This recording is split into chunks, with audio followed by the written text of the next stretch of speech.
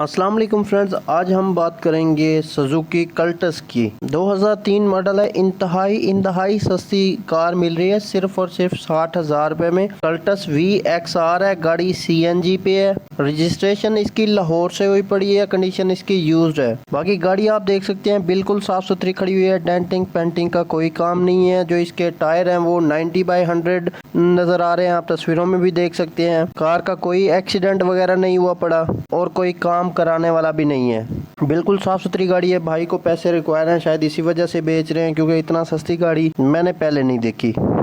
Colour आप देख सकते हैं बड़ा प्यारा है। सीट्स की बात करें तो सीट्स की कंडीशन भी बेहतरीन है। इंजन की कंडीशन भी बेहतरीन है। ओरिजिनल इंजन लगा हुआ है, जेन्युइन। अगर आप गाड़ी खरीदना चाहते हैं तो भाई का नंबर स्क्रीन के ऊपर शो हो रहा है, आप इनसे रब्ता करके गाड़ी खरीद सकते हैं। लोकेशन की बात करें तो I-14 इस्लामाबाद में ये मौजूद है। अगर गाड़ी पसंद आई है तो इसके डॉक्यूमेंट्स वगैरह आप खुद चेक कर लेंगे। इसकी चेक ड्राइव भी आपको मिल सकती है। भाई को कॉल करके उधर जाके आप चेक ड्राइव भी ले सकते हैं।